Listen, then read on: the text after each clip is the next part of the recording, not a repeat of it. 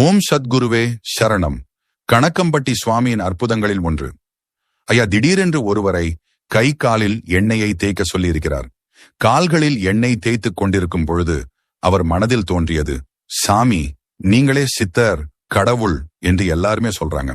ஆனா உங்க கால்ல நிறைய புண்ணா இருக்கு. சாமி வலது காலையில் 19 புண்ணாக்கு, இடது காலில் 8 புண்ணு இருக்கு சாமி என்று மனதில நினைத்துக் கொண்டிருந்தார். சாமி அடுத்த நொடியே, என்னடா சாமி செய்யறது, சத்திரப்பட்டிக்காரன் வந்து இறக்கி வச்சிட்டு போயிட்டான் என்று கூறியதை கேட்டு அதிர்ச்சி அடைந்தார்.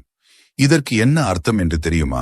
மற்றவர்களுடைய பாவங்களை தனக்குள் வாங்கி மூட்டையாக கட்டி தோளில் சுமந்தவர் ஐயா கணக்கம்பட்டி காளிமுத்து, கணக்கம்பட்டி மூட்டை சாமி. ஓம் சத்குருவே சரணம்.